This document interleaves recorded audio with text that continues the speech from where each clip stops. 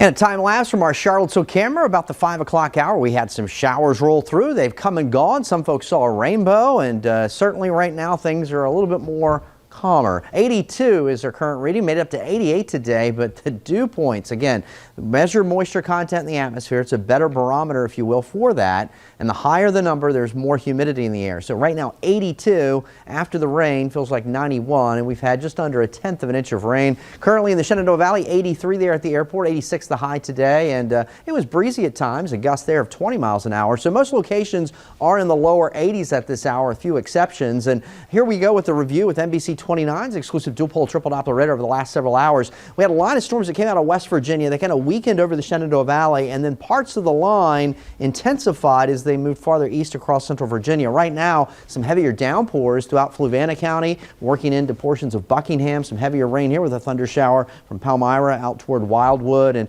out toward Troy. And then we get down from Fork Union into areas along the Route 15 corridor down toward Dillon, Gold Hill. That area seeing more in the way of some heavier downpours. So again, this line's quickly pushing off to the east now. There's still an isolated severe threat, but once that line really moves across the region, that threat is over. Overnight, we'll just deal with muggy conditions, partly cloudy skies, upper 60s, lower 70s. Tomorrow could be a bit more active for us. It'll be a hot and humid day, upper 80s, low 90s, and say between 3 and 9 o'clock tomorrow afternoon and evening, we do run the risk for some severe storms. Now, currently, the Storm Prediction Center has an enhanced area, mainly across northern Virginia, much of Maryland and Delaware, but that does include some of our northern Piedmont counties.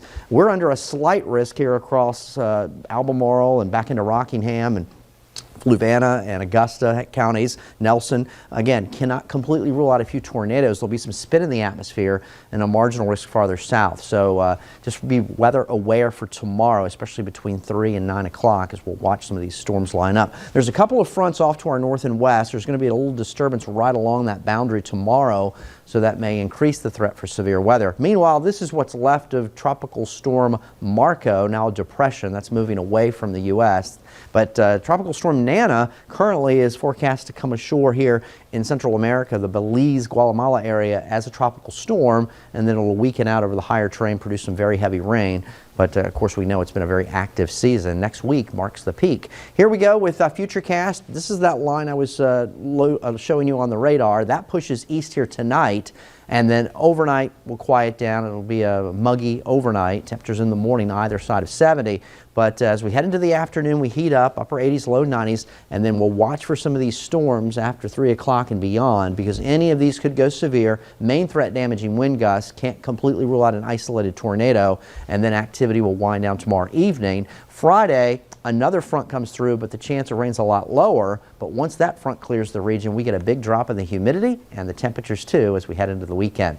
So evening storms are marching off to the east here tonight. Muggy, some areas of fog either side of 70. There's a look at the Michael and Son 7-day forecast. Still some steamy conditions here for Thursday and Friday, with, again, heads up on the weather tomorrow afternoon for some strong to severe thunderstorms rolling through. And right now, the weekend, Casey and Steve looking nice. Upper 70s, lower 80s. Some of those morning lows will be down in the 50s.